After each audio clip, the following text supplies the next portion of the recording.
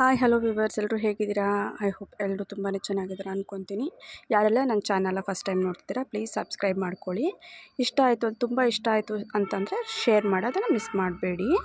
ಇವತ್ತು ಮೊಟ್ಟೆ ಕೋಳಿ ಸಾರು ಮಾಡೋದು ಹೇಗೆ ಅಂತ ನಾನು ತೋರಿಸ್ಕೊಡ್ತಾ ಇದ್ದೀನಿ. ಐಟಮ್ ಬಂದುಬಿಟ್ಟು ಸ್ವಲ್ಪ ಕಾಯಿ ತುರಿ ತೊಗೊಂಡಿದ್ದೀನಿ, ಈರುಳ್ಳಿ ತೊಗೊಂಡಿದ್ದೀನಿ, ಕೊತ್ತಂಬರಿ ಸೊಪ್ಪು, ಟೊಮೆಟೊ ಮತ್ತು ಸ್ವಲ್ಪ ಶುಂಠಿ ಬೆಳ್ಳುಳ್ಳಿ ತೊಗೊಂಡಿದ್ದೀನಿ, ಮೆಣಸು ತೊಗೊಂಡಿದ್ದೀನಿ, ಸ್ವಲ್ಪ ಗೋಡಂಬಿ ಟೇಸ್ಟಿಗೆ ಅಷ್ಟೇ, ಚಕ್ಕೆ ಲವಂಗ ಕಡಲೆ. ಬೇಕಾದರೆ ಈ ಗೋಡಂಬಿ ಸ್ಕಿಪ್ ಮಾಡ್ಕೊಳ್ಳಿ. ಮಟನ್ ಮಸಾಲದ ಪೌಡ್ರ್ ತೊಗೊಂಡಿದ್ದೀನಿ ಹೋಮ್ ಮೇಡ್, ಮತ್ತು ಚಿಕನ್ ಬಂದು 5 kg ತೊಗೊಂಡಿದ್ದೀನಿ, ಯಾಕೆಂದರೆ ಜನ ಜಾಸ್ತಿ ಇದ್ದಾರೆ. ಮತ್ತು ಮೊಟ್ಟೆ ಸಪ್ರೇಟಾಗಿ ಇಟ್ಟಿದ್ದೀನಿ. ಕುಕ್ಕರ್ ಇಡಿ ಗ್ಯಾಸ್ ಮೇಲೆ, ಸ್ವಲ್ಪ ಆಯಿಲ್ ಹಾಕ್ಬಿಟ್ಟು ಆನಿಯನ್ ಮತ್ತು ಅರಿಶಿನ ಹಾಕ್ಬಿಟ್ಟು ಚೆನ್ನಾಗಿ ಡೀಪ್ ಫ್ರೈ ಮಾಡ್ಕೊಳ್ಳಿ. ನೀಟಾಗಿ ಫ್ರೈ ಆಗಬೇಕು. ಅದಾದಮೇಲೆ ಸ್ವಲ್ಪ ಚಿಕನ್ ಏನಿದೆ ಅದನ್ನು ಹಾಕ್ಬಿಟ್ಟು ಸಾಲ್ಟ್ ಹಾಕ್ಬಿಟ್ಟು ನೀಟಾಗಿ ಮಿಕ್ಸ್ ಮಾಡಿ.